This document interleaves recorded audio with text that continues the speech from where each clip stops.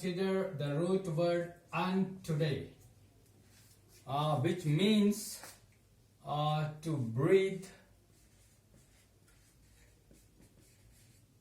to be lively, to be spirited.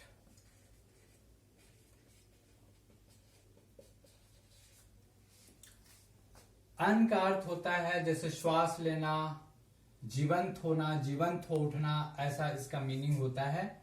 तो इसके पहले कि हम अंग्रेजी के शब्दों पर विचार करें, पहले हिंदी के कुछ शब्दों पर विचार करेंगे जो कि संस्कृत से आए हैं। अन का साधारणतः आपको अन से कम शब्द दिखाई पड़ेंगे, क्योंकि मूलतः संस्कृत में जब शब्द बनते हैं तो एफिक्सेस के साथ बनते हैं और वो कहीं ना कहीं अंदर छिपे होते हैं। आप जैसे समझेंगे, जैसे आप पंचवायु के बारे में जानते हैं, प्राण शब्द जानते हैं। प्राण वस्तुतः क्या है? प्र प्लस अन, और ये अपने नियमानुसार जो संस्कृत के नियम है उसके हिसाब से प्राण बनते हैं। तो यहाँ पर प्र जो कि उपसर्ग है, प्रीफिक्स है, इसके बाद अन शब्द आया है।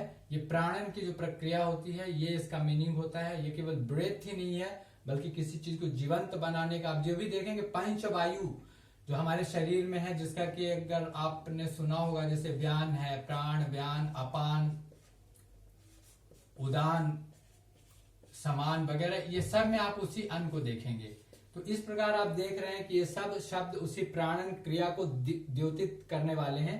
ये दरअसल वायु हमारे शरीर में अलग अलग स्थानों पर होते हैं और इसीलिए प्राण जो है जनरल टर्म है इसके लिए, और ये मुख्य वायु होती है शरीर में। इसके अलावा जैसे आपने शब्द सुना होगा हिंदी में अनिल। अनिल का अर्थ होता है हवा, क्योंकि ये प्राणन प्रक्रिया का हिस्सा है, ये इसी तरह की चीज है। वैसे ही अब इसके पहले कि कुछ हम और विचार करें, कुछ अंग्रेजी के शब्दों पर विचार करेंगे इसके बाद। तो सबसे पहले हम अंग्रेजी के शब्द देखते हैं, animal.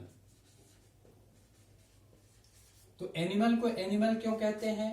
Because it breathes, it becomes lively, something that is lively, spirited, or something that is breathing, and there is a sharp distinction between a thing that is dead and a thing that is lively. That is why it is called animal. Yet another term is animalcule, जो कि आजकल प्रयोग में आता है, malcule, animalcule. This is a diminutive, this is a suffix to make a diminutive word. Diminutive means जैसे उसका जो स्मॉलर स्केल पर माइक्रोस्कोपिक मीनिंग लाने के लिए, जैसे कोई ऐसा बीइंग जो कि माइक्रोस्कोपिक बीइंग हो तो उसको हम कहते हैं एनिमैल्क्यूल, मतलब छोटे लेवल पर। जैसे कोई बैक्टीरिया हुआ, फंगस हुआ, तो वो क्या होता है, उसको हम एनिमैल्क्यूल बोलते हैं। हम बाद में इन सफिक्सेस पर विचार करेंगे कि ये क्यों एक खास प्रकार से कुछ डिमाइन्यूटिव वर्ड्स बनते हैं, और उन पर हम बाद में विचार करेंगे। अब जैसे दूसरा शब्द लें, अभी हमने आपको बतलाया कि एनिमोमीटर। अभी आपको हमने बताया कि अनिल का अर्थ संस्कृत में भी हवा होता है। एनिमोमीटर या एनिमोग्राफ शब्द अंग्रेजी में प्रयोग में आता है, जो किस लिए? This is an instrument which is use to measure the wind speed. Anemograph, graph means to write, actually it writes the as to how much, as to what is the speed. There are many ways to measure actually any physical quantity.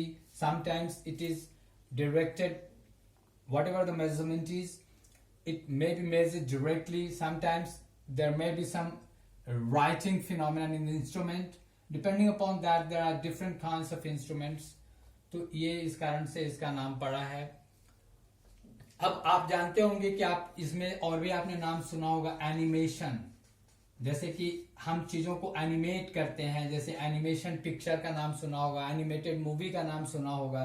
ये animation picture क्या है? दरअसल शुरू में जैसे जो dead चीजें हैं उनको हम लाइव बना डालते हैं, वो मोशन में आ जाती हैं। इसी कारण हम कहते हैं कि वो एनिमेटेड पिक्चर्स हैं। तो कोई भी कैरिकेचर्स हो सकता है। अगर ये कैरिकेचर अगर मोशन में आ जाए तो हम कहते हैं कि wow, it's an animated picture. तो this is called animation. If somebody is animated, he is lively. There may be many sense, sets of sense that may be created through these words. Similarly, there is yet another meaning that is given. Anima, for example, in Latin and Greek, the meaning is mind and body, mind and soul.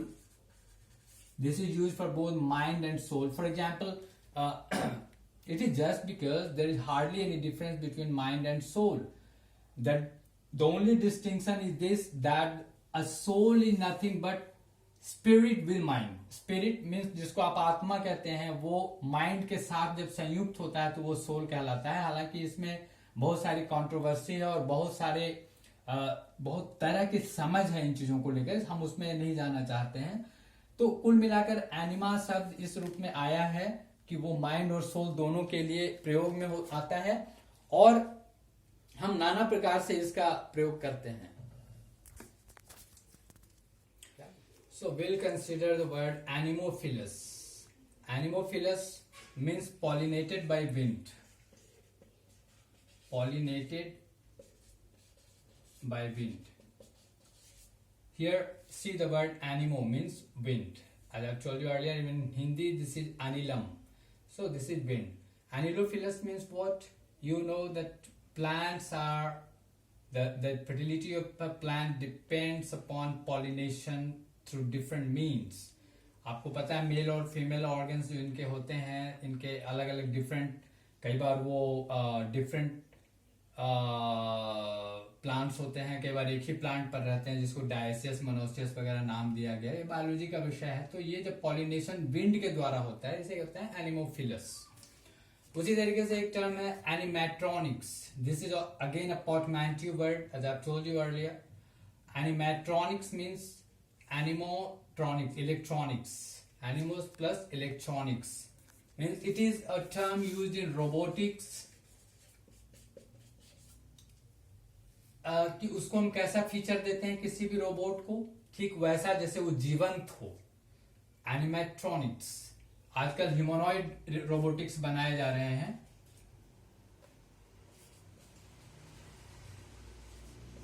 Humanoid robotics, उसी sense में animatronics का प्रयोग किया जाता है. उसी तरह एक टर्म है एनिमिज्म. एनिमिज्म एक आइडिया है जो कि हम लोग फिलॉसफी वगैरह में इसका प्रयोग होता है. इसका सेंस ये है कि टू एट्रीब्यूट सोल और स्पिरिट इन इनएनिमेट थिंग्स.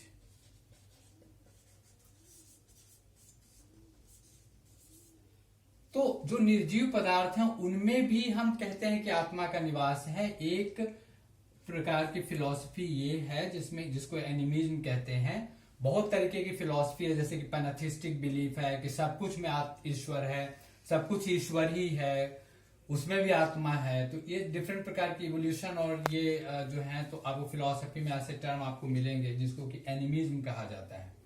उसी प्रकार हम एक वर्ड पर विचार करें, एनिमेडवर्ट. इसका मीनिंग होता है टू क्रिटिसाइज, टू सेंसर, मतलब डांट फटकार लगाना और निंदा करना, क्रिटिसाइज करना दरअसल.